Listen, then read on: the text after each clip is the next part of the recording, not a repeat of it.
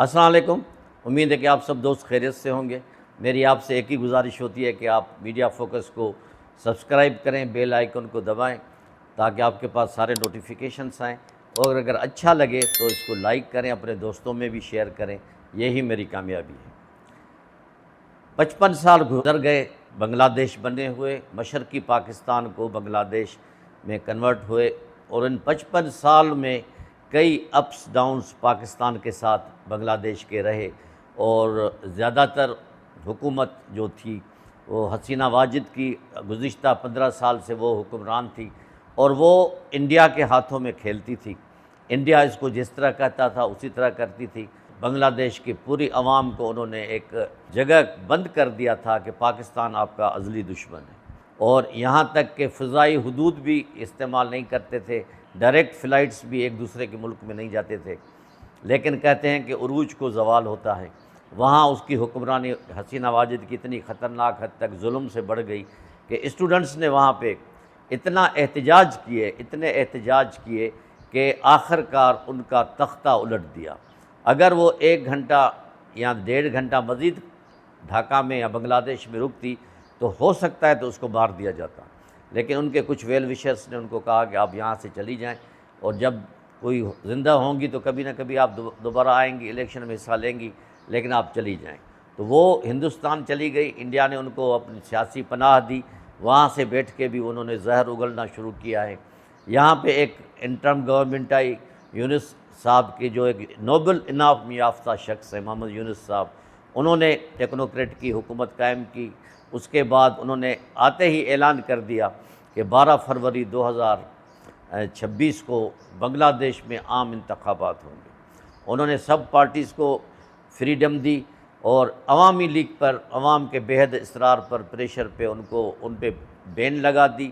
عوامی لیگ کا کوئی امیدوار الیکشن میں نہیں آئے گا۔ تو اس طرح پھر بیگم جو خالدہ ضیاء صاحبہ تھیں، جو ہمارے اس وقت کے جب پاکستان تھا میجر ضیاء الرحمن کی بیوی تھیں، انہوں نے پاکستانی فوج میں بڑی خدمت دی تھی، تو وہ جیل میں تھیں 15 سال سے۔ ان کو نکالا گیا۔ ان کو کرنے والے کہتے ہیں کہ ان کو مبینہ طور پہ زہر دیا جاتا تھا وہاں پہ جیل میں۔ جیسے ہی جیل سے باہر آئیں ان کا علاج ہوا، لیکن وہ اللہ کو پیاری ہو گئی۔ ان کا بیٹا جو تقریباً 20 سال سے طارق الرحمن انگلینڈ چلا گیا تھا، وہ واپس آیا، اور 12 تاریخ کو الیکشن میں انہوں نے بھی حصہ لیا۔ 12 تاریخ کو الیکشن 12 فروری کو اللہ اللہ کر کے ہوئے، اور کوئی بڑا خوشگوار واقعہ پیش نہیں آیا۔ جماعت اسلامی اور اسٹوڈنٹس لیڈرز انہیں ایک الگ سے اپنا پیکٹ کیا تھا، بی این پی نے اپنا ایک پلیٹ فارم سے الیکشن لڑی، تو آخری اطلاعات آنے تک بی این پی کو 2/3 میجارٹی مل گئی، یعنی وہ اپنی حکومت بنا سکتی ہے۔ اور طارق الرحمن جو بیگم خالدہ ضیاء کا اور میجر جنرل ضیاء الرحمن کا بیٹا ہے، انہوں نے اپنی دونوں کانسٹیٹوئنسیز سے دونوں الیکشنز جیت لیے آسانی سے۔ تو اب جو جیسے ہی ٹیکنوکریٹ گورنمنٹ آئی تھی، انٹرم گورنمنٹ آئی تھی، پاکستان اور بنگلہ دیش کے تعلقات اچھے ہونے شروع ہو گئے تھے، ایک دوسرے کی طرف محبت کا رشتہ قائم ہو رہا تھا، اور سب سے بڑا ڈیسیشن یہ ہوا کہ آپس میں جو فلائٹس تھیں جو بند تھیں 15 سال سے تقریباً، وہ کھل گئیں۔ بیمان ایئر لائن جو بنگلہ دیش کی قومی ایئر لائن ہے، انہوں نے لینڈ کیا یہاں پہ 1 ہفتہ پہلے۔ اس طرح پاکستان کی پی آئی بھی جانے لگیں گی۔ تو اس سے خوشگوار تعلقات کا اثر یہ ہوا کہ جب ایک واقعہ ہوا کرکٹ کا کہ مستفیض رحمان جس کو کلکتہ نائٹ رائڈرز نے اپنے پاس رکھا تھا شاہ رخ خان کے لیگ میں، تو وہاں کے انتہا پسند ہندوؤں نے اس کا بائیکاٹ کیا، اور ان کو غدار بھی قرار دیا شاہ رخ خان کو، اور ان کو کہا کہ آپ بنگلہ دیش چلے جائیں یا پاکستان۔ تو بڑی جو ہے ان کی انسلٹ ہوئی آخر کار، اور پریشر میں آ کے مستفیض رحمان کو، جو بنگلہ دیش کا بہت بڑا اچھا بولر ہے، ان کو نکال دیا آپ نے اس لیگ سے۔ اس کے بعد بنگلہ دیش نے پروٹیسٹ کیا، اس نے کہا کہ ہم انڈیا میں نہیں کھیلیں گے۔ وہ کہانی ساری آپ کو پتہ ہوگا۔ آئی سی سی نے بھی اس پہ پابندی لگا دی کہ بس آپ نہیں کھیل سکتے اگر وہاں نہیں جاتے۔